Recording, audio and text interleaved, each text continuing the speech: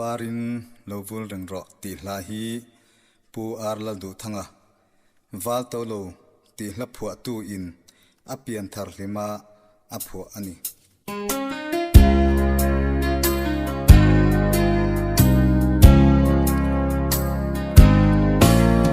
kumtam aliam man lo ni rei alaral lo kalalpa nang nena gamlen dun nakha tuna swathim singa sabin kaloruma lalpa khunge yom kavangai takse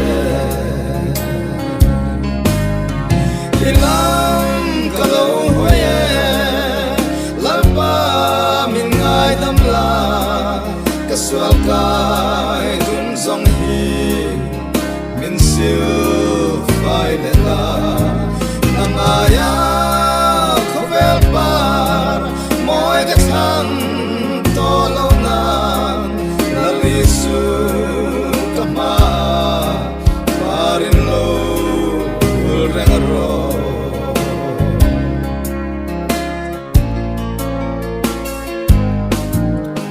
kapa imit mua thilka tiswalani ifa pa vata rega ni to love mase kapa thiang him nangin min ngai damla ichia hloang talin khongain min pom le ro ilam kalo hoye lalpa min ngai damla kaswal kai dum song hi min sil fai le la nangaya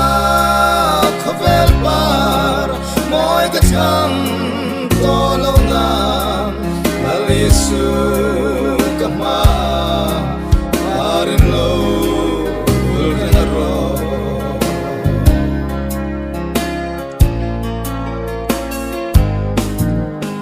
kapa imit mua thilka tiswalani ifa pa vata rega ni to love mase kapa thiam him nangin min ngai damla ichia long talin khongain min pom le ro ilam kalo hoye lalpa min ngai damla kaswal kai dum song hi min sil fai le